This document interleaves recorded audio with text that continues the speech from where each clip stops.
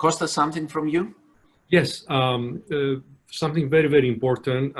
If you don't mind, all of you guys, unmute your mics and wish to Dimi happy birthday, because today is his birthday.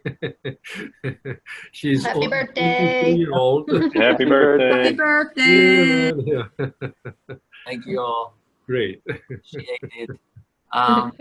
You know, not because it's my birthday, but today I wanted to close the town hall by reading you a post that it's from a student. She's a student and she's a mother also. And I saw the post in one of the Facebook accounts of a faculty member of hands-on diagnostics, and I reposted it in my Facebook. And I think it's so appropriate, and I want to share it because I don't want, and I know that Kostas does not want us to seem that we ignore on what is going on out there in general the past few days, and that we don't have a position about this. So I would just like to read this. She's her name is Amy. She says, just my thoughts. I've never really cared what people looked like on the outside. I always try to look at people's heart. I felt truly blessed to be able to raise my girls around people who look different than them. I'm blessed to be able to worship in a church where diversity is celebrated. Having said all this, here are my thoughts on the current state of our nation. I've seen images over the past few days and weeks that have horrified me, made me mad, and made me sad. Some have made me hopeful, and some have made me wonder if we will ever get along with one another. I hear Black Lives Matter, and then I hear all lives matter.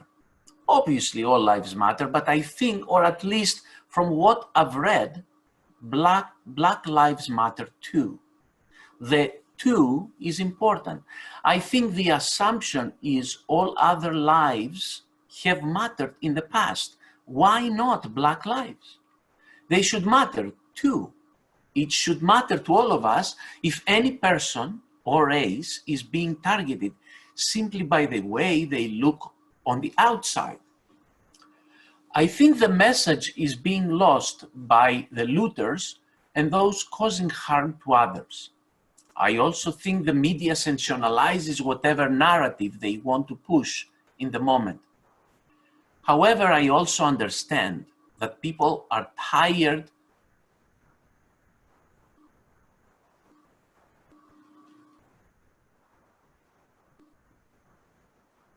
I apologize. Are tired of the racism, hate, and not being heard. Adding violence to more violence is not the answer, though. I was encouraged when I saw police praying with protesters. I was encouraged when I saw protesters having a picnic with police officers and really talking to each other, but more importantly, listening to each other. We need more of that in this world, to truly listen to each other. If we ever have any hope of ending hate and racism in our society. I'm angry when I see looters robbing people in their own community, destroying property and businesses people have worked years for. Most were just barely surviving from being closed down during this pandemic. I'm angry when I see police officers being hurt by thrown water bottles or firecrackers by protesters, or hurt by some intoxicated jerk on an ATV. Like so many others, my heart hurt when I saw the video of George Floyd being murdered by a man who swore to serve and protect. I'm sad that good police officers are being judged unfairly by the actions of some bad ones. I'm sad that the year 2020, we're still dealing with this hate, judgment, and racism every day. I think as a white person, when I hear white privilege, it initially makes me angry. I've worked hard all my life, put myself through college, worked 2 jobs doing so, worked midnight shifts while in college, and so on. I think when I hear that term as a white person, I immediately think, hey, I haven't had it so easy, implying I've never been given things on a silver platter, that I haven't had to work for what I have. However, when I listen to that POC are saying about this, to what POC are saying about this, I don't think that's what they mean. I can't speak for everyone. However, what I take from that statement is, as a white person, I don't have to worry about walking in my neighborhood and have people wonder if I belong there. When a police officer pulls me over, I don't have to worry that I'll be judged by the color of my skin or already found guilty before a question is asked. I just worry if I'm going to be given a ticket. When I go to a store, I don't have to worry that I'll be followed or profiled by store security simply because of my skin color. I don't have to worry about my child being targeted while riding in a car with other friends that look like him, her. All those are privileges that POC many times don't have, sadly.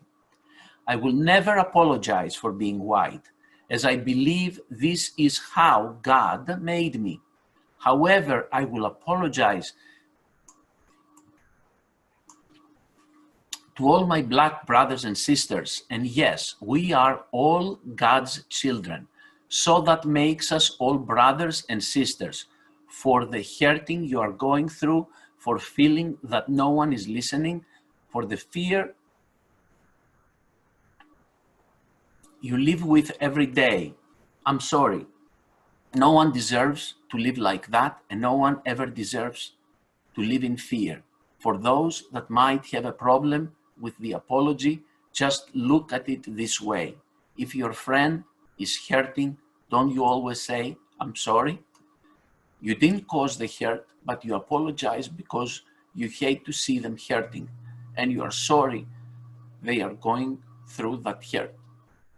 In most cases, we ask them if they want to talk about it.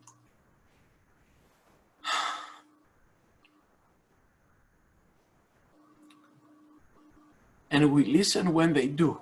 Shouldn't we do that now? Let's talk about it. Let's listen. Let's be there for one another. Especially now. Again, just my thoughts.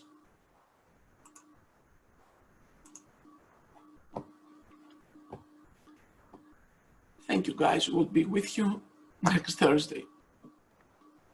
Well said. Thanks, Demi.